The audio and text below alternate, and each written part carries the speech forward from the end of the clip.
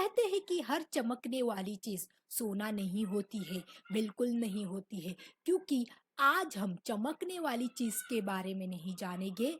हम आज जानेंगे काले सोने के बारे में। इसने कई देशों की काया ही पलट के रख दी और दुनिया को तेजी से तरक्की के रास्ते पे दौड़ाया। हम बात कर रहे हैं जमीन से निकलने वाले कच्चे तेल की।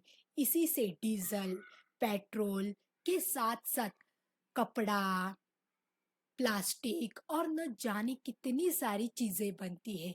जब तेल का आविष्कार हुआ तो ये किसी चमत्कार से कम नहीं था, लेकिन बीते लगभग 200 सालों में हमने जिस तरीके से इसका अंधाधुंध यूज किया है, हम इंसानों ने इसका दुगना यूजेस किया है, उसका नतीजा हमारी धरती भुगत रही है। तेल वरदान या अभिशाप? चिकना, विषैला और बदबूदार कच्चा तेल हल्की और अति सूक्ष्म जैविक संरचनाओं से बना होता है, जो करोड़ों साल समुद्र की तह में विघटित होती रहती है। और यह बहुत ही कीमती है, इसीलिए इसे काला सोना कहा जाता है। यह ऊर्जा से भरपूर है, ईंधन का स्रोत है। हजारों सालों से इसका इस्तेमाल होता आ रहा है, लकड़ी की नौकाओं को सील करने में, शवों को मम्मी का रूप देने में और दुश्मनों को जलते तीरों से मारने में। लेकिन तेल से जलने वाले लैंपों ने इसे एकदम से लोकप्रिय बना दिया। तेल का पहला कुआं एडविन ड्रेक ने 1859 में अमेरिका के पेंसिल्वेनिया में खोदा और दुनिया में छा गई। जॉन डी रॉकफेलर 1865 में तेल के व्यापारी बन गए। उन्होंने स्टैंडर्ड ऑयल कंपनी बनाई और इसी ही कंपनी ने उन्हें दुनिया का सबसे अमीर व्यक्ति बना दिया। बड़े पैमानों पर कारों के उत्पादन, जब कारों का आविष्कार हुआ, कार बनाई गई, तो दुनिया में कच्चे तेल को सबसे अहम कच्चा माल बना दिया। तेल का मतलब हो गया समृद्धि, दौलत।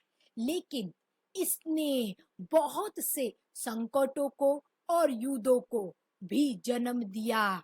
आज अमेरिका सबसे बड़ा तेल उत्पादक है।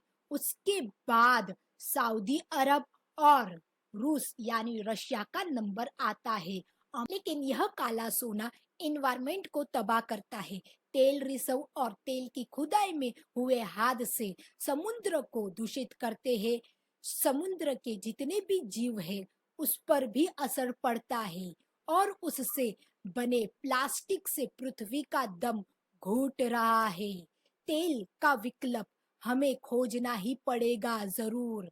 फिर भी इसका उत्पादन बढ़ता ही जा रहा है दिन बर दिन। 2019 में अब तक का सबसे ज्यादा तेल उत्पादन हुआ, यानी हर दिन लगभग 9.5 करोड़ बैरल तेल। तेल के भंडार सीमित है। जब तेल खत्म हो जाएगा तो तेल कंपनियों के पास शायद सोचने का वक्त हो। ओपेक के पास चाय पानी पीने के अलावा कोई शायद काम न बचे। ओपेक दुनिया भर के प्रमुख तेल नियतक देशों का समूह है, जिसमें अभी 13 देश शामिल है। इनमें अमेरिका और रशिया शामिल नहीं है, लेकिन दुनिया का 40% तेल का उत्पादन इन्हीं ही देशों में होता है। इनमें सऊदी अरब, UAE, Iraq, Iran, Nigeria, Libya और वेनेजुला अलग अलग जैसे देश शामिल है। लेकिन इनमें शायद सऊदी अरब की कहानी बहुत ही इंटरेस्टिंग है। कोई तेल बेच के कितना अमीर और ताकतवर देश बन सकता है, तो सऊदी अरब इसकी मिसाल है। सऊदी अरब में तेल की खोज होने से पहले वह एक रेगिस्तानी इलाका था। पर्यटन ही उसकी अर्थव्यवस्था का आधार था, क्योंकि वहाँ मुसलमानों का सबसे पवित्र तीर्थ स्थल मक्का मदीना है। लेकिन 3 मार्च 1938 में दमम में एक अमेरिकी तेल कंपनी को वहां पहली बार तेल मिला और जल्द ही इसकी पहचान दुनिया के सबसे बड़े तेल भंडार के रूप में हुई। तेल की खोज ने सऊदी अरब की किस्मत ही पलट दी। वह एक सामान्य से रेगिस्तानी देश से दुनिया के ताकतवर देशों में शामिल हो गया। तेल की अकूत दौलत की वजह से उसके राजनीतिक प्रभाव को कई गुना बढ़ा दिया। वह अरब जगत यानी मिडल ईस्ट कंट्रीज ही नहीं बल्कि दुनिया के प्रभावशाली देशों में शामिल हो गया। सऊदी अरब के अलावा तेल में संयुक्त अरब, यूएई, इराक, कुवैत, नाइजीरिया और ब्राजील जैसे देशों को भी समृद्ध दौलत वाला किया। उनकी ताकतों को बढ़ाया है ये सारी कंट्रीज की। यह बात सही है कि बीते 200 सालों में दुनिया ने जितनी तेजी से तरक्की की है उतनी शायद पहले कभी नहीं की थी, और इसमें पेट्रोलियम पदार्थों का बड़ा योगदान है। यातायात के साधनों से लेकर बहुत ही बड़ी बड़ी मशीनों को उन्हीं से चलाया गया। करोड़ों नौकरियां पैदा हुई, विकास की रफ्तार तेज और तेज हो गई। लेकिन तेल के इस खेल का एक पहलू तो जितना चमत्कार वाला है, उजागर वाला है, अच्छा है, तो दूसरा उससे कई गुना खतरनाक भयानक है। आज हमारी पृथ्वी जल संकट को झेल रही है। उसकी एक बड़ी वजह पेट्रोलियम पदार्थ के साथ साथ दूसरे जीवाश्म ईंधन है।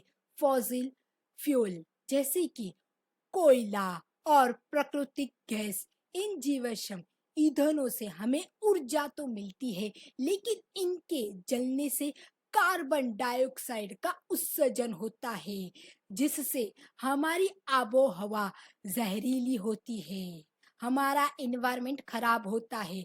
समय समय पर दुनिया ने किसी न किसी हिस्से में तेल रिजर्व की खबरें मिलती रहती है कि वहां तेल गिर गया, लीकेज हो गया।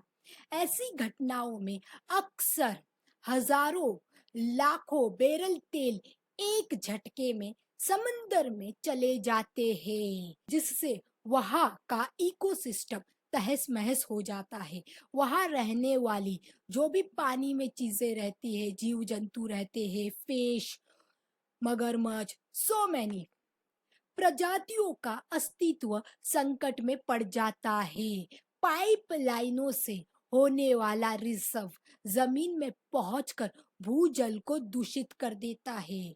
जब यह तेल नदियों और जलधाराओं में पहुंचता है तो इससे पानी पीने का संकट और बढ़ जाता है और पानी दूषित हो जाता है। तो जिस तेल को कभी काले सोने का नाम दिया गया, वह असल में जलवायु और धरती इन दोनों के लिए खतरनाक है। वह पृथ्वी के तापमान को बढ़ाने में मदद करता है। पृथ्वी का तापमान इनकी वजह से बढ़ता है, हमें गर्मी बहुत लगती है। तो असल में ये सबके लिए खतरनाक है। तो क्या करें? करना ये है कि हम अपनी ऊर्जा की जरूरतों को अक्षय ऊर्जा संसाधनों से पूरा करने के बारे में सोचें, जैसे कि सोलर एनर्जी, विंड एनर्जी या फिर बहते पानी से हाइड्रो पावर लेना। हम और आप जितना डीजल पेट्रोल कम यूज करेंगे, मोटर बाइक साइकिल ये सब कम यूज करेंगे, तो हमारे लिए बेहतर होगा और हमारा पर्यावरण सुरक्षित रहेगा। पर्यावरण सुरक्षित रहेंगे तो हम भी सुरक्षित ही रहेंगे। तो उम्मीद है कि आपको ये वीडियो अच्छी लगी होगी। शेयर एंड सब्सक्राइब और कमेंट भी पास कीजिए आपको कैसी लगी ये जानकारी।